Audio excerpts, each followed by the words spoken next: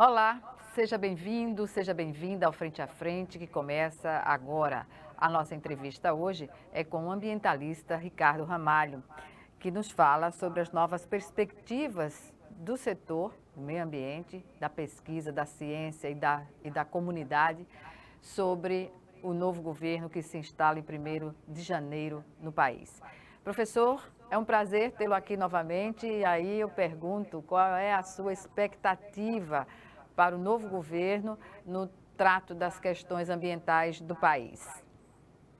Boa tarde, Gorete. Boa tarde, telespectadores, participantes ativos desse espaço democrático que sempre preza e busca um ambiente equilibrado para que a gente conviva harmoniosamente no planeta Terra. A sua pergunta eu respondo dizendo que a expectativa é a melhor possível, né? Porque a sensação que a gente tinha nos últimos 4 anos é que estávamos, vamos dizer assim, nadando contra a corrente. Há uma tendência mundial do mundo evoluído, do mundo civilizado, para novos conceitos de vida, novas formas de produzir nas diversas áreas, inclusive na agricultura, novas formas de ver como podemos, vamos dizer, tratar de nossa vida, do nosso cotidiano, observando os preceitos, né? Observando as necessidades da natureza, do meio ambiente. Então, nos últimos 4 anos, a bem da verdade, a gente sentia assim que estava indo para um lado e o mundo para o outro. Então, a expectativa a partir do novo governo é a melhor possível, né? Porque vamos nos reposicionar sob o ponto de vista, inclusive, sobretudo ambiental, no cenário mundial, né? O Brasil, nos últimos anos, antes um pouco desse governo, sempre foi considerado um líder, né, no concerto das nações, vamos chamar assim, em todos os fóruns universais. O papel do Brasil foi sempre muito importante, né, de protagonista, vamos dizer, até pela questão dos nossos recursos naturais, da nossa dimensão, da nossa população, né, da nossa agricultura, por que não, sempre foi visto como um foco assim de discussão da questão ambiental no mundo. E, de repente, veio essa tragédia, né, veio uma dissociação completa, né, do que o mundo pensava e que o Brasil passou a pensar, pelo menos exteriorizar nas conferências, nos espaços mundiais de discussão da questão ambiental. Então, a expectativa é a melhor possível, embora a gente tenha que compreender que existe um sistemão, né, independente até da questão estritamente ideológica, né, que vê, às vezes, vê a natureza, vê o meio ambiente como um simples armazém que está lá os recursos naturais e que seriam inexauríveis. Isso não é verdade, né? Isso não é verdade. Mas o sentimento hoje de quem tem assim, essa preocupação mais apurada com o meio ambiente é de esperança, né? A gente ter Professor, esperança que tempos aham. melhores possam vir. Pois não. Pois bem, pode-se dizer que vai se reconstruir a relação do Brasil com a comunidade internacional, não só a comunidade ambientalista, técnica, científica, mas, sobretudo, política, com as nações que hoje reconhecem que o país esteve, digamos assim, isolado do contexto mundial no que se refere às questões ambientais? Sem dúvida, o Brasil foi motivo, ao longo desses 4 anos, de chacota mundial, né? Um termo muito usado aí no jargão político e diplomático é de que o Brasil passou a ser um pária, um país pária no mundo, né, em termos de consenso, né, de tratar as questões ambientais. Eu acho que a principal função desse governo, inclusive, será essa, né, de reinserir o país nessas discussões, né, e protagonizar. Nós temos condições de protagonizar a discussão ambiental, né, sobre a questão da Amazônia, por exemplo, sobre a questão da agricultura, da produção de alimentos limpos, né, da bioeconomia, entendeu? Eu não vejo, eu estou vendo, inclusive, algumas lideranças tradicionais, eu diria, da área da agricultura, com outro discurso, com outros conceitos. Né? Vi há pouco, por exemplo, a entrevista do Alisson Paulinelli, que foi o ministro ainda dos últimos governos da ditadura da agricultura na época, mas com um discurso moderno, já falando, por exemplo, que não se precisa mais desmatar um palmo de terra. Ele diz isso, né? Do Brasil. Basta melhorar os índices de produtividade, ver novas formas de produzir sem essa dependência absurda dos insumos exógenos, né? Sobretudo de adubos e agrotóxicos. Então, eu tenho muita esperança que nesse governo, até com esse clima, com esse sentimento de amor à vida, né? Fugindo, né, das questões do governo que passa agora, que se acaba, que a gente possa ter essa esperança de um novo pensar o meio ambiente. É isso, Gorete. Pois bem, a gente percebe que na Amazônia, porque escancarou a situação da Amazônia, né, e digamos assim, as instituições que cuidavam, né, foram praticamente totalmente desarticuladas, como o IBAMA, né, FUNAI, de certa forma, com os povos, né, originários que estão lá até hoje. Eu pergunto, que setor o senhor entenderia que precisa de mais atenção no momento? Olha, realmente o setor, vamos chamar assim, o ponto que mais chama atenção sob o ponto de vista mundial, sem dúvida, é a Amazônia. Né? É a Amazônia. Né? Houve, como você se referiu, um desmonte dos órgãos ambientais que tratavam do controle, a fiscalização ambiental, né? Mas isso foi simplesmente um reflexo, né? Um reflexo de uma política maior, que era essa mesma, de ou fechar os olhos, ou até estimular as atitudes, a estimular ações, né, nitidamente antiambientais, né, antiambientais. Não só o desmonte é uma consequência, eu diria que paralela a esse estímulo, né, das ações antiambientais, como por exemplo desmatamento, como as queimadas, né, como o garimpo ilegal, né, enfim, uma série de ações que o governo devia coibir e, ao contrário disso, desmontou os órgãos ambientais de fiscalização e de controle, de certa forma, né, de maneira talvez subreptícia, ele estimulou essas ações e trouxe todo um problema de imagem.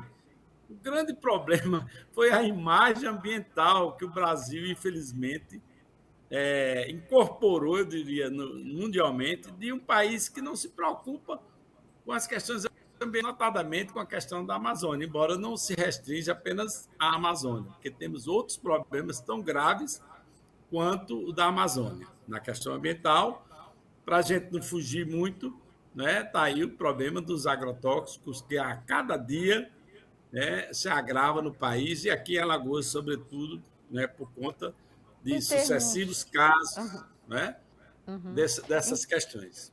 Em termos percentuais, quanto se aumentou, em média, o uso de herbicidas, de agrotóxicos em geral, na agricultura brasileira, a partir do novo governo? O governo que ainda Olha, está, na tô, verdade. praticamente quem está antenado na questão dos agrotóxicos, quem tem o radar apontado para essa questão dos agrotóxicos, seria até difícil, Gorete e telespectadores, fazer aqui, colocar números, né? Dado que todo dia, literalmente, você encontra artigos, mensagens relatando essa questão do uso do aumento do uso dos agrotóxicos, das intoxicações, das contaminações ambientais, das mortes, dos suicídios, todo dia. Todo dia, se a gente entrar aí no Google, você vai encontrar uma série de situações dessa. Mas uma emblemática, um número emblemático, é que nesse governo, quase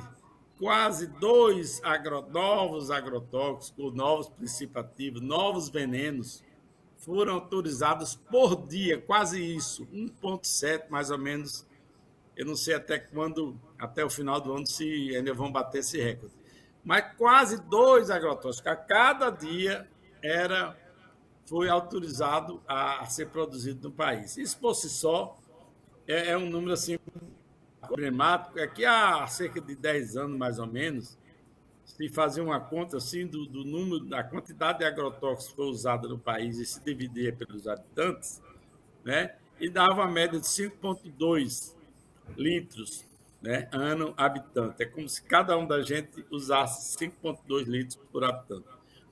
Os números recentes nesse mesmo parâmetro, nessa mesma parametrização, indicam um aumento de perto de 7 litros, né, por hectare ano em termos de agrotóxicos. Então, são muitos números, né? São muitos números. Eu vi agora, por exemplo, o censo agropecuário de 2017, aqui especificamente para Alagoas, que foi feita uma radiografia desse censo, e demonstra claramente isso, né? O uso desenfreado desses agrotóxicos e, por outro lado, sem orientação técnica, né? 75%, se eu não me engano, mais ou menos isso, das pessoas que disseram, ou dos agricultores que disseram que usavam agrotóxicos, também disseram que não recebiam assistência técnica, seja governamental, seja não governamental. O que é mais grave, não é, professor? É grave, porque, veja só, eu gosto de comparar muito com os remédios humanos, né? dos medicamentos que a gente usa, né? Por exemplo, os antibióticos e alguns outros tipos de medicamentos controlados, né, sempre são receitados ou são adquiridos mediante receita médica. E isso tem uma certa facilidade, agora, porque é o paciente que vai ao médico, ou o médico vai ao paciente, ou o paciente está no hospital e é assistido por médicos e enfermeiras, etc, etc. No caso do agrotóxico, no caso da lavoura, né, a condição única é que o agrônomo, o técnico responsável, vá até o local, até a lavoura, faça suas observações e prescreva o agrotóxico. Então, isso causa uma dificuldade logística enorme em relação, por exemplo, à medicina, né? O agricultor não pode levar nas costas o seu terreno e levar para um escritório, por exemplo, de um técnico, de um aluno, para que ele faça a prescrição através de chamada receituária agronômica. Então, professor, como nós, por exemplo, inclusive aqui em Alagoas, cerca de 90% das propriedades são caracterizadas como de agricultores familiares. Esse é o novo censo agora, de 2017, que é o mais recente, saíram resultados agora. 90% são agricultores familiares, portanto, desprovidos de recursos, né, de condições de produção que permitam, por exemplo, ter uma assistência técnica que oriente, né, na correta aplicação desses venenos. Então, isso é escandaloso, né? Não tem como, é indefensável uma política, né, biocida que se pratica em Alagoas e no país com a questão dos agrotóxicos, né? Professor, nós vamos chamar agora o nosso primeiro intervalo e o Frente a Frente volta já já. É só 1 minuto.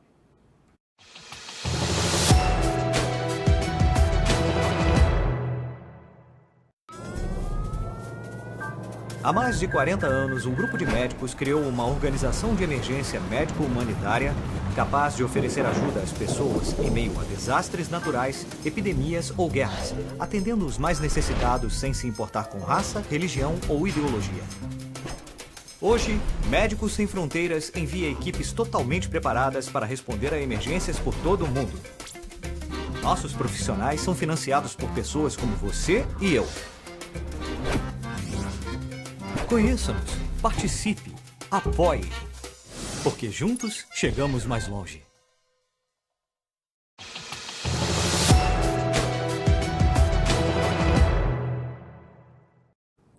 De volta com Frente a Frente, que hoje recebe o ambientalista Ricardo Ramalho, que fala sobre as expectativas do setor para o novo governo que vai se instalar no Brasil. Professor, em relação ao cultivo, né, à produção da agricultura no geral, em relação a plantio, é possível fazê-lo sem o uso desses herbicidas, desses agrotóxicos, pelo menos os pesados que a gente tem conhecimento? O que nós defendemos, para não sermos absolutamente radicais, né, nós tivemos um exemplo mundial agora de um país, se não me engano, Sri Lanka, que de um dia para outro o novo governo decretou que não se usava mais nenhuma gota de veneno, nenhum adubo químico, e tivemos aí uma convulsão social que a imprensa noticiou e tudo. Isso foi muito negativo, inclusive, para o movimento, vamos chamar assim, agroecológico. O que a gente defende, né, é uma transição, ou seja, aos poucos a gente vai se libertando através de outras práticas. Isso tudo é fechada, incorporada a um conceito maior chamado de agroecologia, né, que é nada mais nada menos que a agronomia, né, com princípios da biologia, da ecologia, de uma série de ciências que a gente chama de ciências, vamos dizer, ciências modernas, né, para que a gente faça essa transição. Isso é possível, não é utopia, não. Nós temos diversos exemplos do país inteiro, em Alagoas, nós temos estudos acadêmicos, nós temos levantamentos empíricos e científicos comprovando isso, que você pode fazer essa transição. Geralmente ela se dá em alguns anos, não é de um dia para outro, né? Isso é normal, você faz uma transição de um modelo de insumos dependente de veneno, de produtos, sobretudo de adubos de fácil solubilidade, né, adubos solúveis, químicos, que a gente chama, a maioria deles importados, para uma agricultura amena, harmoniosa, amigável com a natureza e que seja tão... Ela é até, eu acho, mais complexa que essa agricultura que se pratica, vamos dizer assim, no agronegócio de modo geral e na agricultura familiar também, em algumas situações. Mas isso é uma transição e a gente deve enfrentar isso. Então, eu acredito, tenho esperança, inclusive, nós temos já exemplos de grandes produtores com 3.000 hectares. Basta dar uma olhada aí, uma passeada na internet, que você vai encontrar uma série de exemplos de grandes produtores que se converteram a um processo agroecológico, a um processo de produção orgânica no país inteiro, em Alagoas também. Nos países desenvolvidos, não é, professor? Exatamente. E o melhor, Goreta, é que nós temos aqui em Alagoas, eu não vou, eu posso até dizer o nome comercial, porque nós estamos fazendo aqui propaganda, né? Mas nós temos aqui um laticínio, né? No nosso sertão, em Cacimbinhas, né? É um laticínio de grande proporção que adotou a produção orgânica, tem certificação orgânica. Hoje você encontra nos supermercados, nas lojas, de um modo geral, né? de Cacimbinhas, um grupo de produtores, sobretudo um produtor, um pecuarista, que acreditou que era possível produzir leite em pleno sertão de Alagoas, com as condições climáticas desfavoráveis do semiárido, né? E o fez através do sistema da agroecologia da produção orgânica, né? São os laticínios Timbaúba, que muita gente conhece, desculpa, eu não estou aqui fazendo nenhuma propaganda, né? E é aqui de Cacimbinhas. E como ele tem uma série de outros produtores também nesse mesmo caminho. Então, respondendo a sua pergunta inicial, é possível? É. Vamos ter esperança, vamos trabalhar, vamos lutar para fazer essa transição. Uma transição com calma, com rotina, com metodologia, e que nos leve a esse caminho de termos um alimento saudável, um alimento de verdade, sem venenos, né, com resíduos toleráveis, porque ninguém vai ter realmente um alimento absolutamente livre desses resíduos tóxicos, mas dentro da tolerância que as regras, né, da saúde pública, da saúde de um modo geral, admitem. Totalmente livre, só aquela atividade que a gente tem no quintal de casa, né? Porque nos demais, agora eu pergunto. Nem o leite materno, infelizmente, não é mais um alimento seguro, né? Nem o leite materno, porque, infelizmente, até no leite materno chega o veneno dos agrotóxicos. Né? Está provado isso laboratorialmente, infelizmente. E com muita tristeza eu digo isso. O que leva, já que é possível, qual é o maior entrave para uma conscientização? Há desconhecimento de parte ou a produção que se leva em conta no sentido de, digamos, ter mais sucesso no setor? Bem, isso aí é uma análise bem, vamos dizer assim, que a gente tem que anteceder muitos anos, né? Desde, por exemplo, da agricultura da chamada Revolução Verde, que se impôs ao mundo, de um modo geral, um modelo, né? Um modelo baseado no tripé mecanização, né? Adubos químicos e uma genética, né? É a praticidade, professor, também? Como? A praticidade. Sim, ganhar dinheiro é o sistema capitalista que se impôs no mundo. E o que interessa é ganhar dinheiro. Quanto mais rápido, quanto mais fácil, independente de se vai deixar uma herança maldita para as novas gerações. Então, a cabeça é essa, não é? E aí não vai ser fácil essa desconstrução de um pensamento, né, do agricultor, vamos chamar, bota moderno entre aspas, que não tem nada de moderno. Moderno é a agroecologia, moderno é a produção orgânica, né, para a gente mudar isso de um dia para outro. Não é. Esse movimento é crescente, né? O número por exemplo, da área de produção orgânica certificada no país aumenta por ano cerca de 20%, 25%, isso é em todo o país, inclusive em Alagoas, né? De um modo geral, de uma forma bastante acelerada esse novo tipo de alimento. Então, por isso é que isso me dá esperança, né? De que a gente possa, aos poucos, ir transformando essa consciência, inclusive o agronegócio. Eu vejo sinais, né, em alguns setores do agronegócio que tendem para esse tipo de conduta ambiental adequada. Inclusive aqui em Alagoas, a gente tem diversos conhecimentos de diversos agricultores, diversos produtores rurais do agronegócio que já começam a pensar diferente, com práticas que não se pensava há pouco tempo, né? Por exemplo, a remineralização, ou seja, o uso de minerais, de rochas, de pós de rochas, substituindo os adubos solúveis importados, né?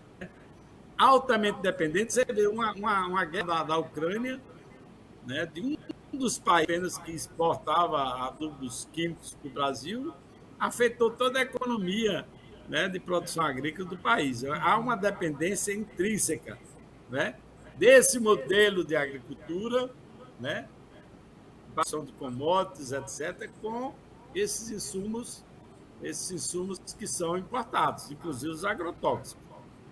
Professor, a agricultura familiar seria um nicho ideal para se aplicar essa nova consciência de produção?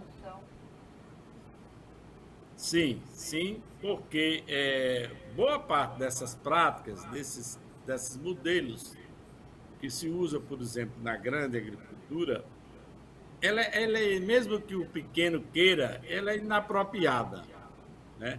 Por exemplo, vamos lá, para a mecanização. Um pequeno agricultor que tenha uma área limitada, um agricultor familiar, ele disser, não, eu quero usar agora tratores e aviação e robôs, né, como já se usa no agronegócio, eu quero usar. Ele não vai usar isso, não vai. Certo? Não é só uma questão de consciência, de amor à natureza, ou até de consciência política disso, mas é da própria condição que a agricultura familiar lhe impõe, né, que ele não vai conseguir isso. Começa pelo básico, que é a terra, a limitação diária, a limitação da terra. Então, boa parte dessas tecnologias, né, por exemplo, a mecanização, o uso intensivo por exemplo, de agrotóxicos com aviação aérea, né, ou até com drones, na agricultura familiar isso vai ser impossível. Né? Então, a tendência é essa mesmo, né, dessa condição estrutural que eles não detêm, para que eles possam, independente da sua consciência ou da sua opção de produção, né, ele vai ter essa dificuldade pela própria estrutura que dispõe e começando pela limitação de terra. Professor, vamos chamar agora o nosso segundo e último intervalo. E já estaremos de volta.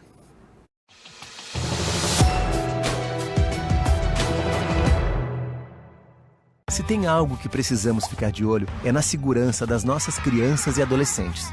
Violência sexual, uso de álcool e drogas, trabalho infantil, situação de rua e desaparecimento de crianças são exemplos do que precisamos prevenir e denunciar.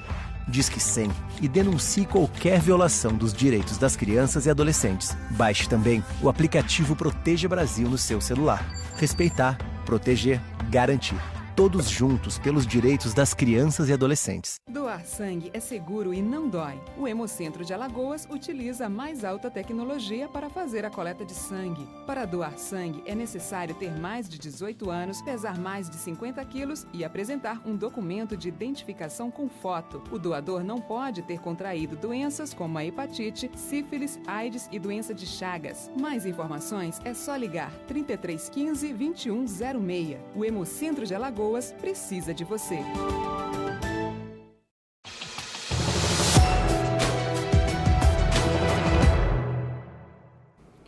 De volta para o último bloco do Frente a Frente, que hoje recebe o ambientalista Ricardo Ramalho. Professor Ricardo, sobre ainda o custo final de produtos orgânicos, a gente sabe que o setor cresceu e muito, mas para uma população que tem a condição de adquirir esses produtos.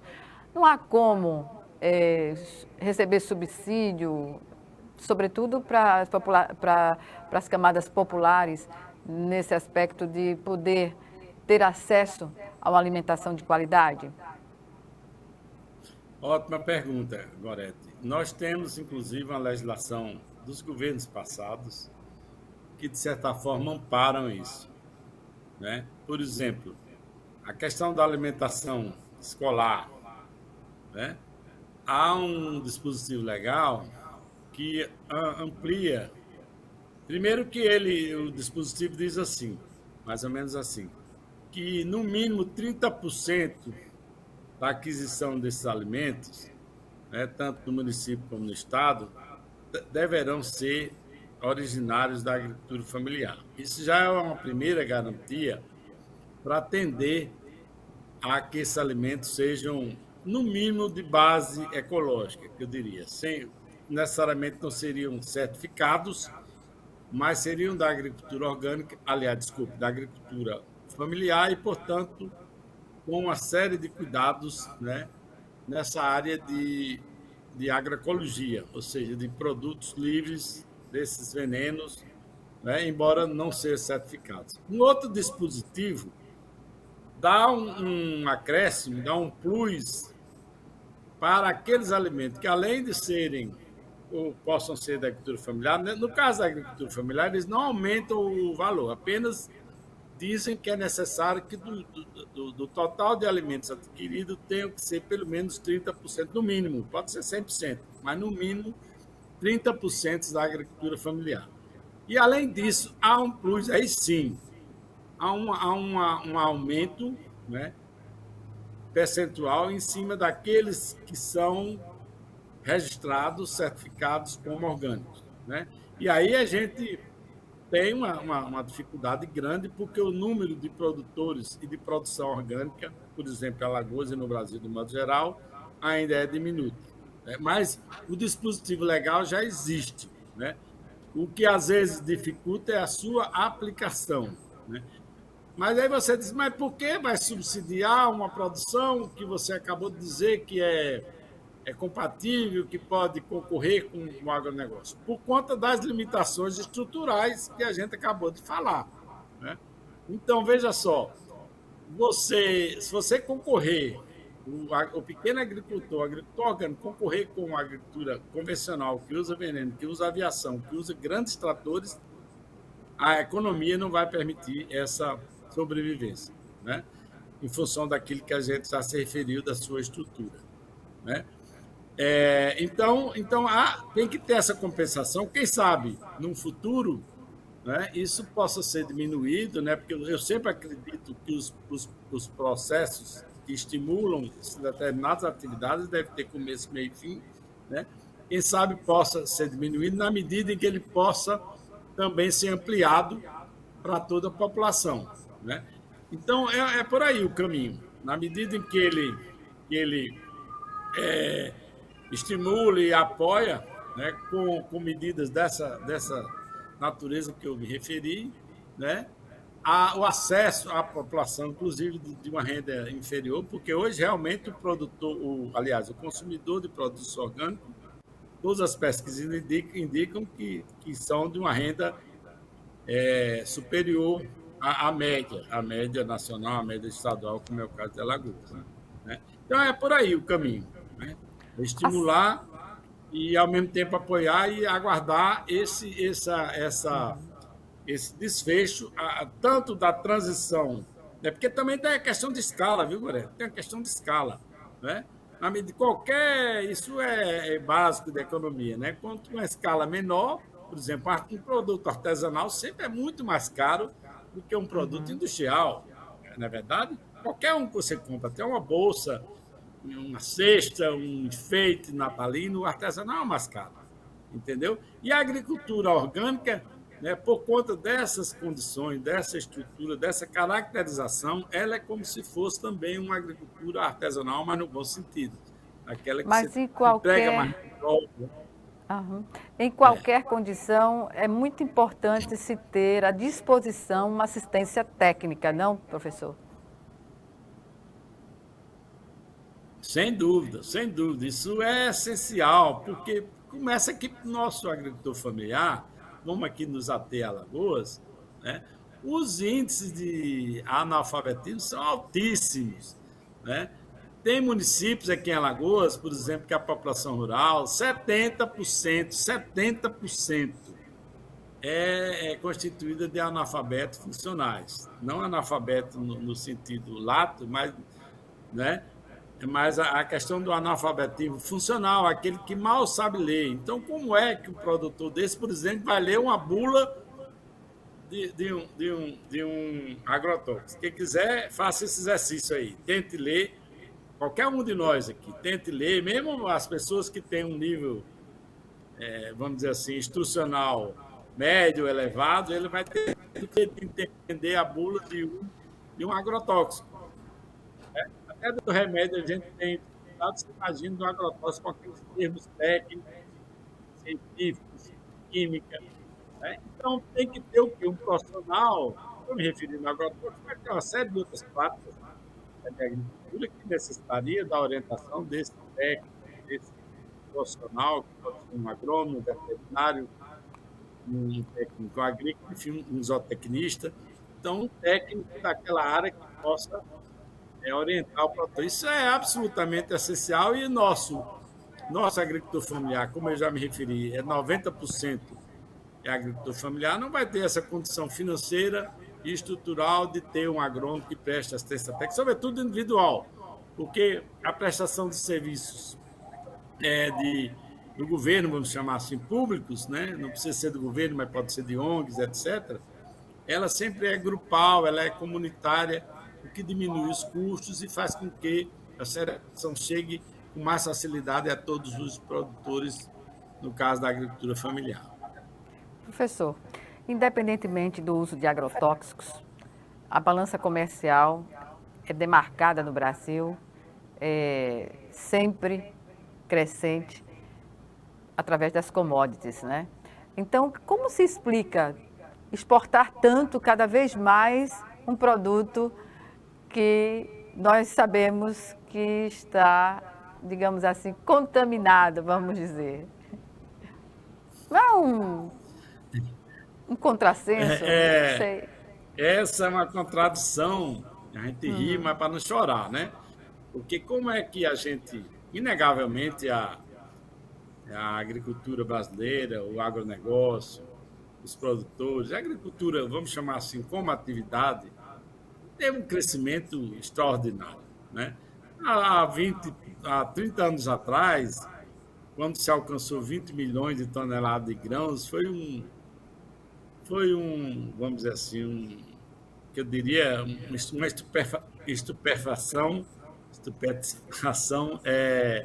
coletiva, né? A imprensa noticiou hoje. Hoje você fala em safras de 300 milhões de toneladas e está muito aquém disso. Então,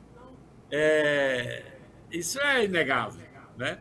Agora, é contraditório isso que você acabou de falar. Como é que um dos principais itens de exportação são alimentos, não deixa de ser alimento, né? As commodities, e ao mesmo tempo você tem 32 milhões de pessoas passando fome no país, né? Isso só a política, só a opção política, né? Só a forma de você governar que pode explicar. Eu acho que talvez nem caiba a gente aprofundar essa discussão, mas só expor essa contradição, né? Eu produzo milhões, né, de toneladas para alimentar os bois dos Estados Unidos, as aves da China, os porcos, os suínos da China, né, ou da Europa, não interessa, né? E, ao mesmo tempo, a população brasileira, tem 32 milhões de famintos, são dados recentes, né, também, que ninguém consegue contestar. Isso é uma contradição que a gente tem que se debruçar e tem que, sobretudo, ter esperança de que mude isso, né? Que a prioridade seja alimentar a população brasileira através de políticas públicas que apoiem de programas, né? De programas específicos. Programas, não que estejam preocupados em meramente na balança comercial e na alimentação dos bois dos Estados Unidos. Professor, É isso.